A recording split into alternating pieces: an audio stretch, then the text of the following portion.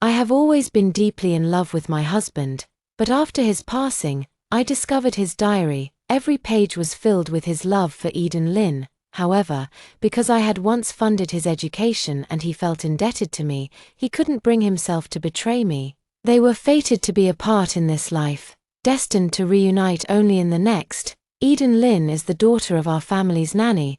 Given a second chance at life, I have decided to let them be together.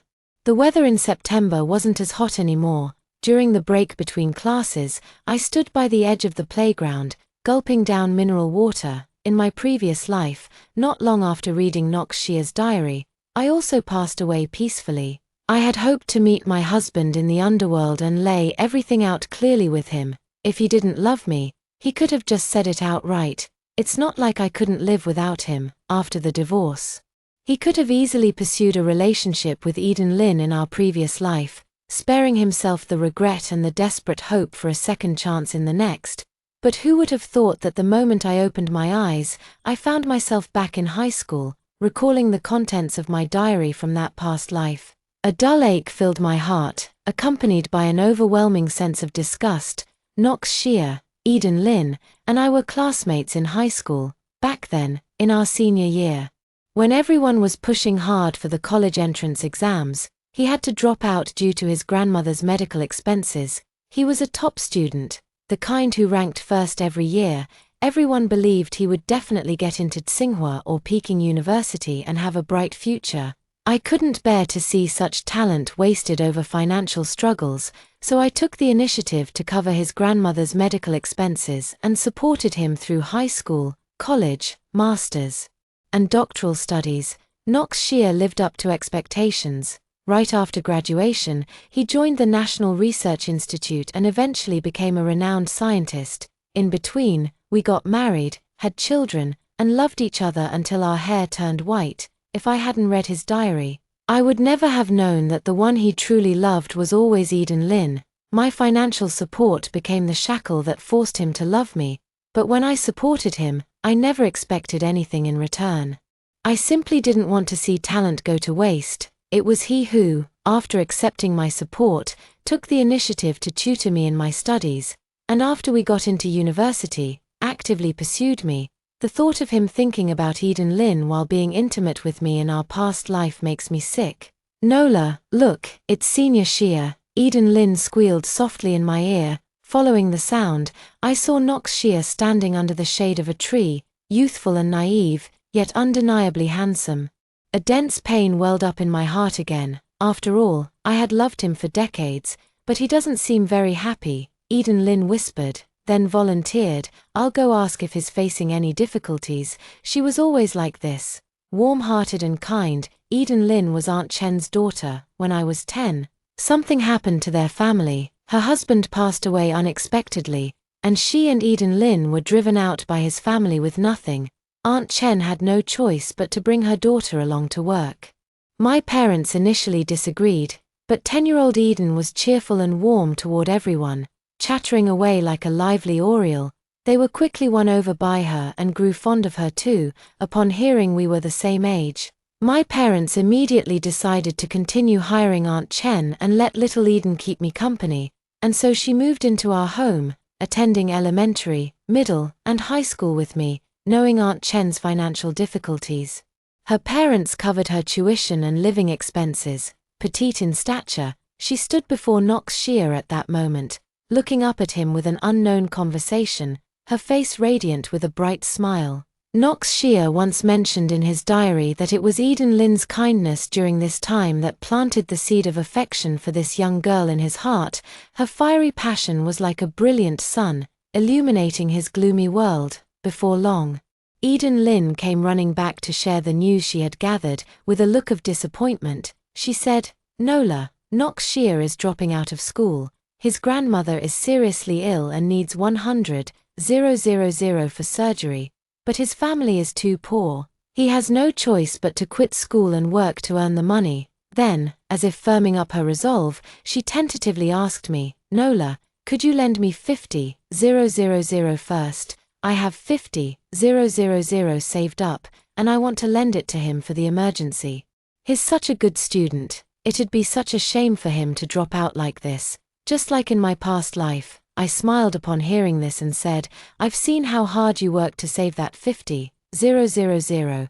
Don't throw it away, let me handle the act of kindness this time. Without another word, I immediately transferred this month's allowance to Knox Shear, asking him to use it for Grandma's treatment first. My family owns a large local chain of supermarkets, while we're not the wealthiest. Money isn't an issue for us. Hearing the same request this time, I shook my head apologetically. Did you forget about the flood in Jean County 2 days ago? I donated everything. Since Knox Shear sees my financial support as shackles, I'll put the money where it's truly needed, in this life. I won't restrain him anymore. As for his relationship with Eden Lynn, that's something they'll have to nurture themselves. Oh right, Eden Lynn patted her head. How could I forget about that? But she had a solution. She immediately launched a fundraising campaign at school. Knox Shear didn't stop her, though his expression wasn't exactly pleasant. Understandable. He had always been proud. In our past life, only Eden Lynn and I knew about his decision to drop out when his grandmother fell ill. Before he could even submit his withdrawal application to the school, I had already helped him solve the problem, allowing him to continue his studies with dignity. And Eden Lynn's move almost exposed his situation to the public. I didn't realize you were going through such a hard time. Here's half of my living expenses for this month. Take it, said Knox Shear's deskmate. He was a rich second-generation heir who usually idled away his time and consistently ranked last in class.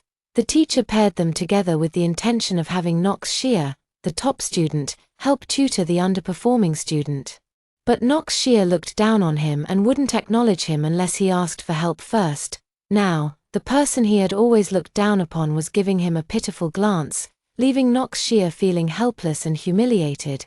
Yet the other person meant no harm, leaving him no reason to vent his frustration, especially not over 30,000 yuan. Just like that, with you giving a little and me giving a little, scattered donations, plus Eden Lynn's 50,000. We finally managed to raise over 100,000. Not only did Knox Shear get his grandmother the surgery, but he was also able to continue his studies. That day, just as evening self-study ended, Eden Lynn came running toward me with a smile. Nola, I have some good news for you. Knox Shear said he can tutor me, and I managed to get you a spot too. I took a step back and held her at arm's length. Ever since I learned about Knox Shear's feelings for her, I couldn't help but feel a bit distant and couldn't maintain the same closeness as before. I smiled and declined, saying, thank you, but I've applied for off-campus living, so I'm afraid I won't be able to take advantage of the top students' extra tutoring. In the end, Knox Shear made the same decision as in the previous life, except that back then, his target was me, and he actively invited Eden Lynn, but in this life, he was faced with Eden Lynn. And it was Eden Lynn who took the initiative to help me secure the spot. In our previous life, he had already shown favoritism in these small matters, but I was too captivated by his good looks to notice. Lost in the moment. Why, Eden Lynn's mouth fell open. Why so sudden? It's not that sudden. I only applied for 2 years of accommodation in the first place. My parents initially disagreed with me living on campus, thinking the dormitory environment was poor and too crowded. However, Eden Lynn persuaded them that it would be a good opportunity to experience communal living and prepare for university. I thought it made sense, so I insisted on staying in the dorm. My parents agreed to let me live there for 2 years, but I had to return home for my final year of high school. Now, I deeply admire their foresight. What? You never told me about this, Eden Lynn exclaimed in surprise. I frowned, feeling somewhat annoyed by her words. Just then, Hui Yi, our roommate, walked over. With a curl of her lip, she sneered, "Oh, who do you think you are? Does the young miss need to report everything to you?" "That's not what I meant," Eden Lynn said, her eyes darting around nervously, unusually refraining from her usual verbal sparring with the roommate she never got along with. Clearly, they're feeling guilty. Hui Yi's words also woke me up. Over the years, Eden Lynn always seemed to pry into my personal affairs under the guise of caring about me. No matter how trivial the matter was, I never guarded myself against her and would tell her everything without hesitation. She knows everything about me, yet I know very little about her. This is simply terrifying." Then she quickly added, "We grew up together, ate and lived together, never apart. Now you're suddenly moving out, and I'm just not used to it." Aunt Chen retired last year, so Eden Lynn no longer had an excuse to stay at my place, even if she also applied for day attendance. She would return to the small, old apartment her mom bought. "After all, we're not biological sisters. We'll have to part ways sooner or later." From then on, during every break, lunchtime, or any free moment, Knox Shear would go over to Eden Lynn's side to help her with difficult problems and organize key concepts. And since Eden Lynn was my deskmate, it was hard not to notice their every move. In this life without my interference, Knox Shear got his wish, and I thought he would be overjoyed. But every time he tutored Eden Lynn, his face remained stern, without a trace of a smile, growing even more aloof. Meanwhile, Eden Lynn's cheeks flushed pink, her eyes sparkling as she looked at Knox Shear. I could read the meaning in her gaze: admiration, reverence, and even attachment, because, in my past life, I had looked at him the same way. Noticing my gaze, Eden Lynn glanced at me with a clear warning in her eyes. Then she smiled again. "Nola, do you also want to listen to Knox Shear explain the problem? You can just say it outright. No need to be so sneaky. People might think you have a crush on our top student," as cheerful and straightforward as usual. But her words were full of aggression. My expression darkened. "What nonsense are you talking about? The school strictly forbids puppy love. Don't make baseless accusations." She's the one who likes it, shamelessly thinking others are the same as her." Hui sat behind me. Speaking sarcastically, Eden Lynn's face turned red with anger, but in front of the top student Shear, she couldn't throw a tantrum. She gritted her teeth and held it in, her eyes also reddening, as if she might burst into tears at any moment. Pitiful and fragile, the kind of look most likely to attract men. Sure enough, Knox Shear's expression grew even colder. He glanced at Hui, and though he didn't speak, his gaze was icy enough to freeze someone to death. Hui awkwardly shut her mouth. I lowered my gaze to the book in my hands, yet couldn't suppress the sour ache spreading in my heart. In my past life, after Knox Shear tutored me with my homework, we often spent time together, and gradually rumors began to circulate. "Shear, the top student, is so good to Yaro Jiari. Are they dating?" "Surely not. The school doesn't allow puppy love. They'd call our parents." "Hihi, this kind of thing. Just between you and me, as long as we don't get caught and stubbornly deny it. No one can do anything about it. Shear, the top student, is so aloof. Yaro Jiari must have been the one pursuing him. What shameless behavior." All of these are unfavorable comments about me. I was trembling with anger. "Stop talking nonsense. Shear is just tutoring me. He's that kind-hearted. Or did you seduce him?" The more I refuted, the more vicious the rumors became. Knox Shear acted as if nothing had happened, neither clarifying nor standing up for me, until the rumors alarmed the school. And the teacher called in the parents. My father, in a fit of rage, brought out the company's lawyer and sued a few of the main rumormongers. Only then did the situation finally calm down. And now, Hui just made a sarcastic remark, and Knox Shear immediately jumped to her defense. Indeed, the difference between love and indifference is truly obvious. However, there isn't much time left for me to wallow in melancholy. Nowadays, my life consists of nothing but studying, day in and day out. Damn this wretched fate. Why couldn't I have been reborn after the college entrance exams? In my previous life, I lived to 80, decades past the Gaoke, and had long forgotten all the knowledge from back then. However, what comforts me is that with a younger brain, my thinking has become more agile. Coupled with my natural aptitude for learning, I'm picking things up quickly again. My grades weren't bad before, even without Knox Shear's tutoring in my past life. I could have gotten into a decent undergraduate program, but he wasn't satisfied. It seemed that unless he could get me into Tsinghua or Peking University, he felt he'd failed my financial support. Under his relentless pushing, I studied desperately and eventually got into Tsinghua or Peking University alongside him, but it left me with neurasthenia.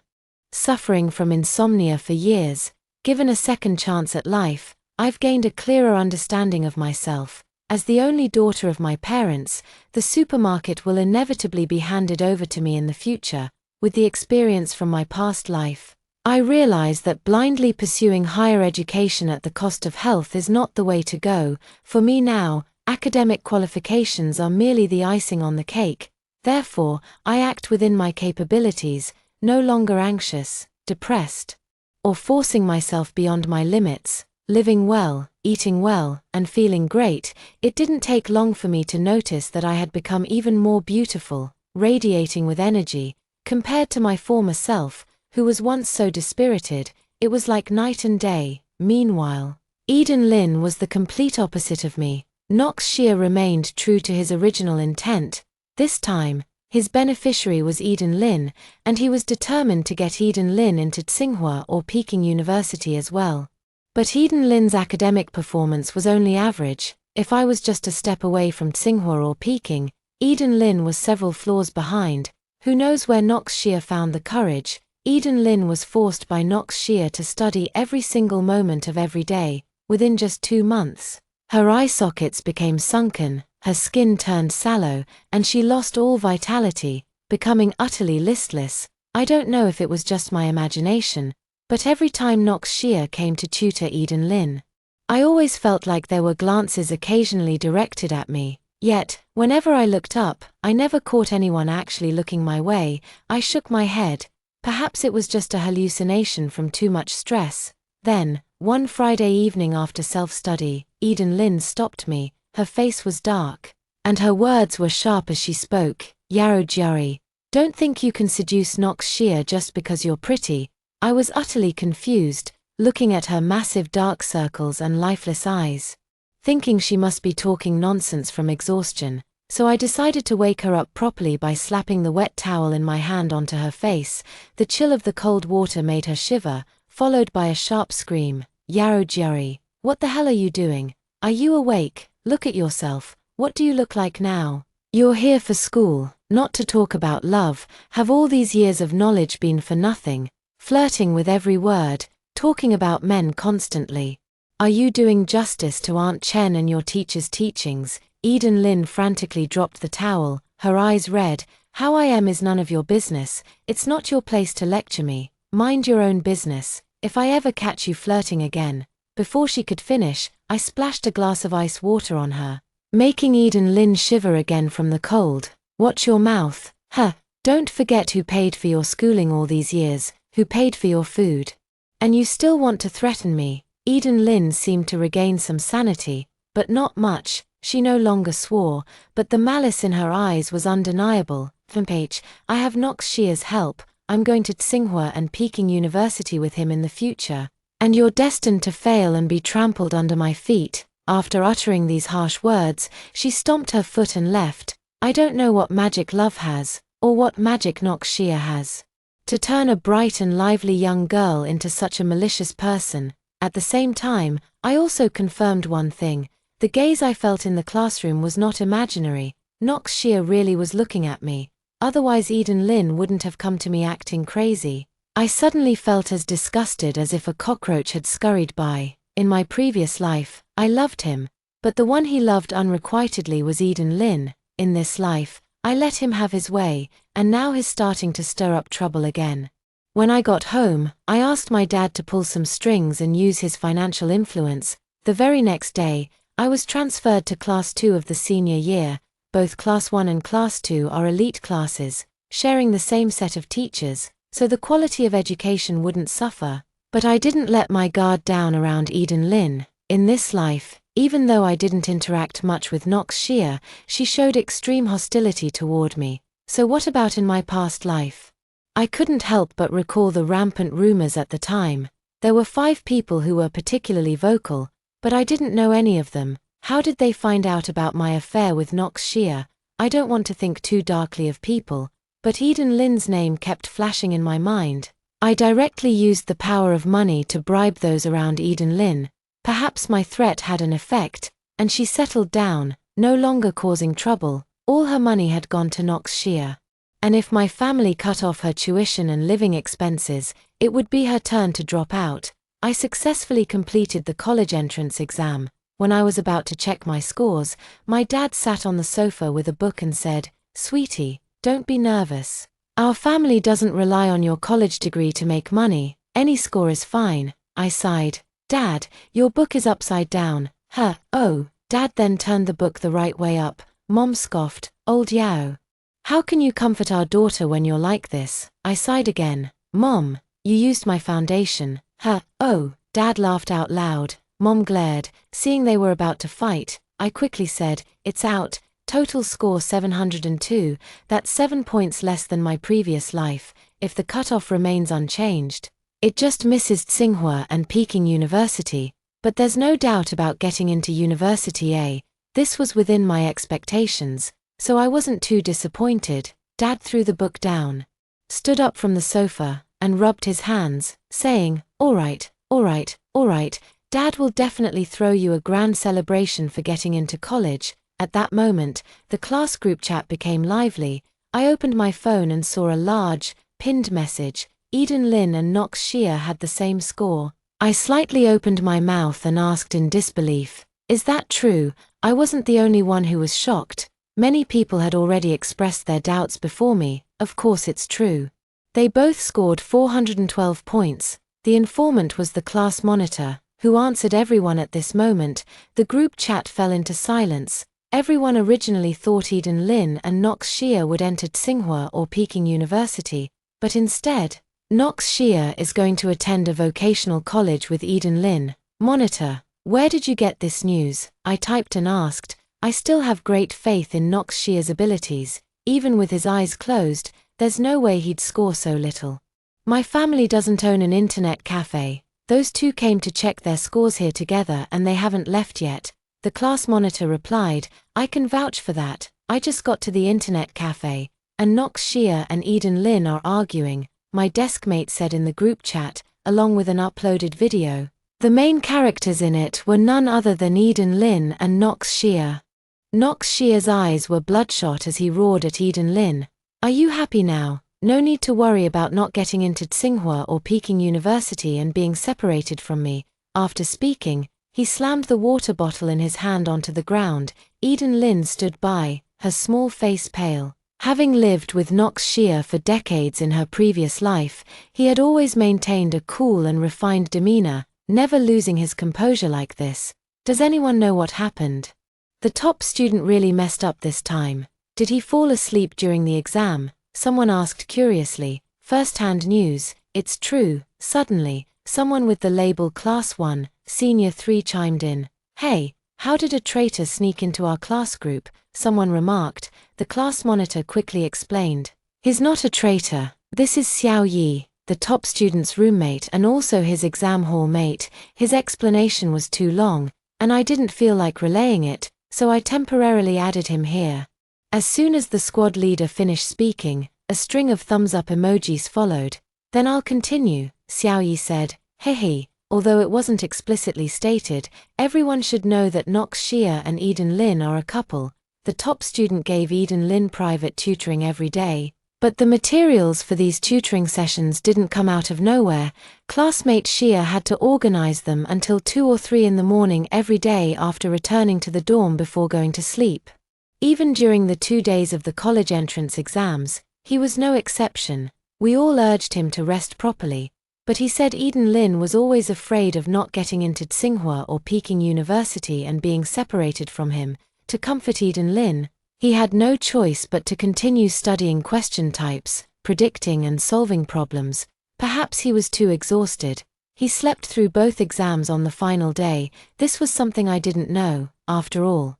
The people I had bribed were all the girls around Eden Lynn. In September, my parents sent me to University A for registration, where I spotted 2 familiar figures at the gate. Knox Shea was carrying 2 large suitcases, while Eden Lynn had a backpack slung over his shoulders. Both had grown noticeably darker and thinner. I heard they had worked like crazy during the summer break and applied for student loans just to scrape together the tuition fees. Their school, meanwhile, was the vocational college across the street. Eden Lynn also noticed me and curled her lips disdainfully. Getting into University A isn't anything special. If you're so capable, why not aim for Tsinghua or Peking University? I sneered. University A indeed can't compare to Tsinghua or Peking, but it's still better than a vocational college. Eden Lynn flushed instantly, furious and humiliated. What's there for you to be so smug about? We just underperformed temporarily and ended up in vocational college. We'll upgrade to a bachelor's degree, then go for a master's, then a PhD. We'll definitely surpass you. As financially struggling families, none of them had the means to retake the college entrance exams. Attending vocational college was a forced choice, but also their best option. I glanced at Knox Shear. If you said he was acting out of character, I'd believe it, but as for Eden Lynn, this is just her usual level. I wonder if, after going through the college entrance exams, he would still drag Eden Lynn along with him. Knox Shear grew somewhat impatient and came over to grab Eden Lynn's hand. Enough, aren't you embarrassed? Hurry up and go register, or we won't get a good bed if we're late. Seeing Knox Shear appear before me, Eden Lynn immediately grew a little nervous. She first positioned herself between me and Knox Shear, then turned around and quickly pulled him away. Dad frowned. How did she end up like this? Didn't they say she was in an early relationship? I'm afraid that boy led her astray, my mother speculated. Alright, no matter what she does, it has nothing to do with us anymore. I coaxed my parents, and they came with me to a university. After graduating from university, I didn't pursue further studies, dedicating myself entirely to our family supermarket. On my mother's birthday, my father booked a hotel early, and I ordered a cake. When dinner time arrived, I simply carried the cake directly to the hotel. Pushing open the private room door, I found not the elderly couple I expected, but instead a young British man. I glanced up at the room number, 888. Yes, this was the right one. A bit puzzled, I asked, "You are?" The man smiled slightly. "Hello, I'm Feng Zheng, your blind date." Suddenly, it all made sense. No wonder my parents had been acting so strangely these past few days. They'd been plotting this all along. I couldn't help but find it a little amusing. It wasn't anything illicit, so why hide it? "Hello, my name is Nola Yao." I introduced myself confidently after entering. "In this life, I no longer yearn for love, but I need children, and our family also needs an heir, so I'm not opposed to arranged marriages." To my surprise, we had a lot in common and got along very well.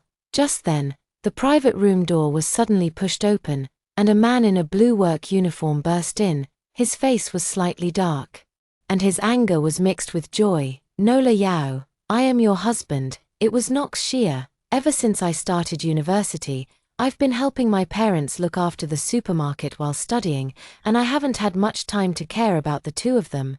I only occasionally heard from old classmates that when they tried to get into a bachelor's program after their associate's degree, they both failed again and didn't get into their desired universities, with no other options. They had to go work in a factory. At this moment, Knox Shear's hands were covered in machine oil, and his work clothes were dirty. I had no idea how the hotel let him in looking like that, but what made me nervous and scared were his words. It seemed he had also been reborn. I forced myself to calm down and looked at him displeasedly. "So it's classmate Shear. For old time's sake, I won't pursue what you just said, but please stop spreading rumors. You and I are just ordinary classmates. If I hear similar rumors again, you can expect a lawsuit." "I'm not talking nonsense," Knox Shear said, a little agitated. "Nola, you don't know, but I've actually been reborn. Actually, I had a crush on you in my senior year of high school, but Eden Lynn was kind to me, and her possessiveness towards me was particularly strong. I didn't want to let her down, so I forcibly suppressed my love for you. But just now, I was reborn, and only then did I realize that in our previous life, we were husband and wife and loved each other for a lifetime. You don't know how happy I am. I thought I would love and lose, but I didn't realize I had already had it. In this life, I don't want to have any regrets. Nola, will you marry me again?" As for Eden Lynn, I've already helped her a lot. And it's also because of her that I didn't get into university. My debt to her is paid. My eyes were cold. "Shear, you've watched too many short dramas, haven't you? This story is too outlandish. Rebirth, why don't you say you have superpowers? I really didn't lie to you. In my previous life, I was a great scientist, and we even had a beautiful son." But before he could finish speaking, several burly security guards rushed in and immediately pinned him down. Knox Shear was pinned to the ground, and he yelled at the security guards, "What are you doing? Do you know who I am? I'm a national treasure-level scientist." Not sure if his brain was overloaded with memories from his past life, but he seemed a bit confused between his past life and reality. "Phut," one of the security guards spat at him, "with those clothes. You just got off a shift at the steel plant next door, didn't you?" "Scientist my ass." The security team leader apologized to us, saying, "Mr. Fong, MS, Yao, we're sorry for our oversight. We'll take him away now and not disturb your meal any further." Turns out Feng Zheng had called security over. Feng Zheng comforted me softly. "Don't be afraid, I've seen plenty of people like this. Every day, women come up to me, claiming to be my lover from a past life and wanting to rekindle our relationship. But once I check, they're all frauds, just after my money." That person probably has the same goal, to think more darkly, knowing you're an only child. Maybe they even want to take advantage of your family's wealth. His words made me laugh. "The way you say it, aren't you afraid I might suspect you of the same thing?" Though it was a joke, I couldn't help but think more deeply. Nox Shia might genuinely like me in this lifetime. But what might attract him even more could be the practical benefits I bring, in my previous life, besides funding his education. I also pulled strings and made connections to find mentors for him during his master's and doctoral studies. Otherwise, how could he have joined the National Academy of Sciences right after graduation?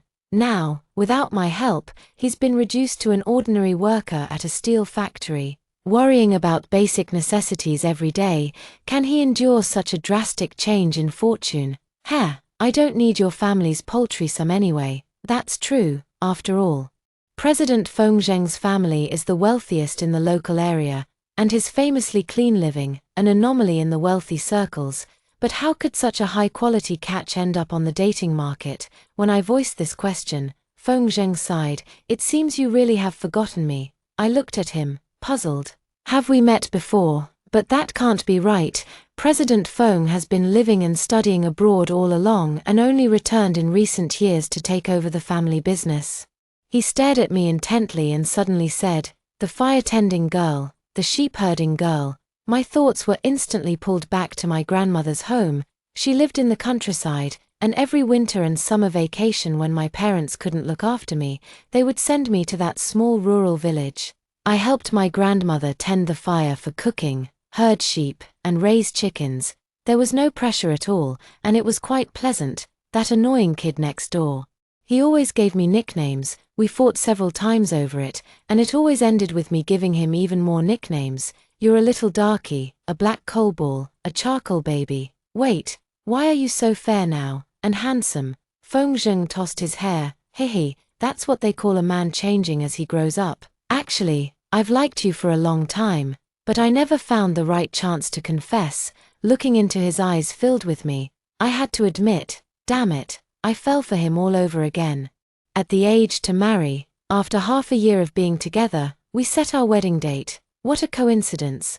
Nox Shia and Eden Lynn were getting married on the same day as us. Our wedding banquet was held at the best hotel in the city, with Feng Zheng putting in a lot of effort to make it grand and luxurious. Eden Lynn and Nox Shia were at a modest restaurant across from our hotel, making for a stark contrast in comparison. Before the wedding ceremony, I rested in the hotel room and through the window. I could clearly see the restaurant opposite. As the music played, a wedding procession stopped in front of the restaurant, and Nox Shia helped Eden Lynn step out of the car. I wonder if they sensed my gaze. They both turned their heads to look in my direction. It was supposed to be a joyous occasion, yet neither of them showed any sign of happiness on their faces. Just then, someone came to call me, as the wedding ceremony between Feng Zheng and me was about to begin. After it ended, I was so exhausted that all I wanted was to collapse onto the bed, and so I did. Feng Zheng thoughtfully suggested I rest in the guest room for a while. The wedding he had prepared would continue until the evening, so he wanted me to regain some energy. I had just entered the guest room when a knife was pressed against my throat. Eden Lynn, her eyes red, was filled with resentment and unwillingness. "Nola Yao, why are you always so lucky? In your past life, you married Nox Shia, a renowned scientist with wealth and looks. In this life, I finally get to marry him, but he's a penniless nobody. worse than my marriage in the past life. In my previous life, she never showed any animosity towards me. We were always good friends. I also continuously supported her education, helped her integrate into our circle, and enabled her to successfully marry into a wealthy family. However, life in a wealthy family wasn't so easy, although her husband's family was stable.